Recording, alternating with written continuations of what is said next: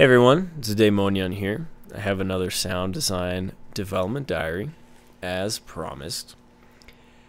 In this video, I don't know if any of you saw my Twitter post or my little comment that I put on the site, but I had another engineering breakthrough with the X-ray engine. So what I did was I went onto the GSC and AMK forums and asked for help from these gentlemen below the screen here, and without them I couldn't have done this, so big thank you to them. So what did I do exactly? Well, I'll tell you a story.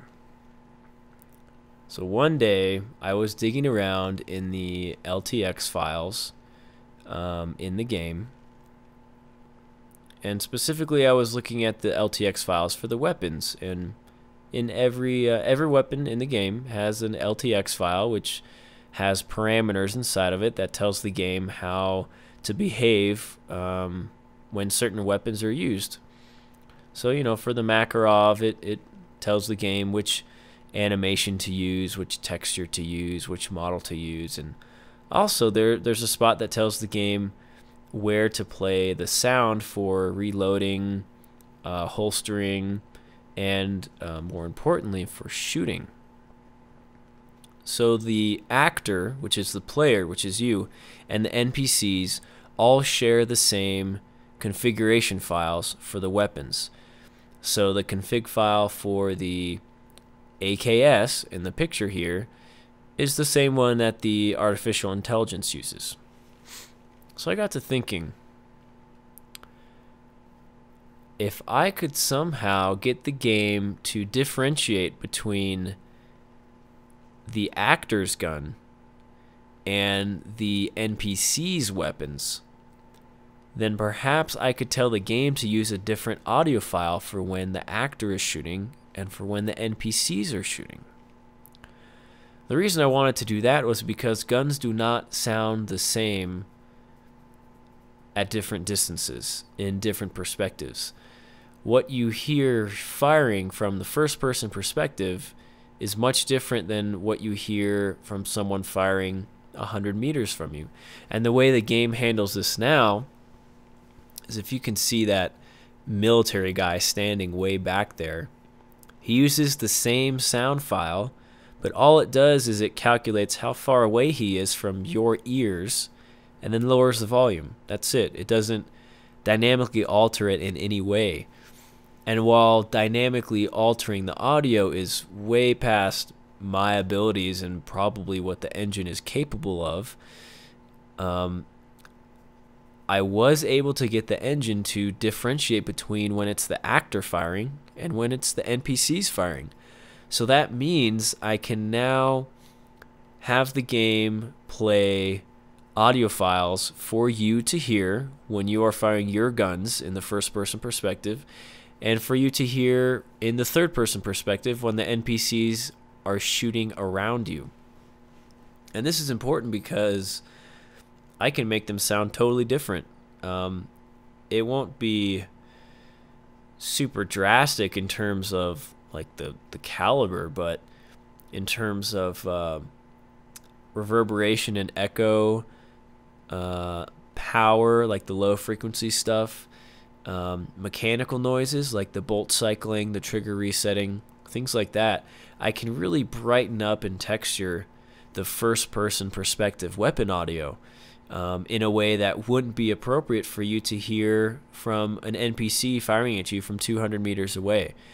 Now with the third-person perspective, I'm going to be probably eliminating almost entirely all that mechanical texturing, taking the low frequencies down a bit, and also lowering the high frequencies. And I'll be putting in a bit more of that air pressure change sensation. I don't know how many of you are familiar with shooting weapons or have spent time firing handguns or rifles or anything like that.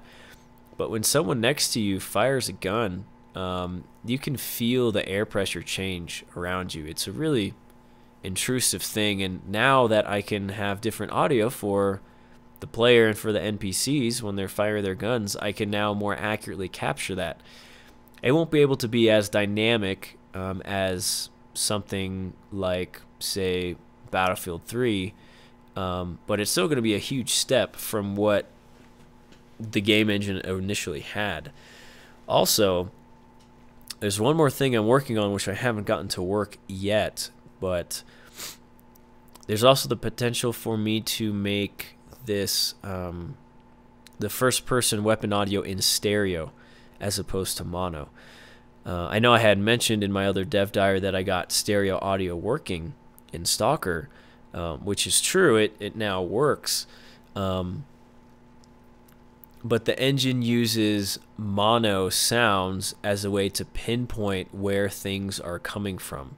So if I can bypass that just for the first person perspective or find some other way to make it work, then that means I can make the echo and the reverberation sound incredible with using stereo audio files. I can make things very wide. I can make them very immersive, and that would be the best bet scenario. So right now, worst case is there will be different audio for first-person firing and different audio for third-person firing, both in mono. Best case scenario is that same thing except it's in stereo for first-person.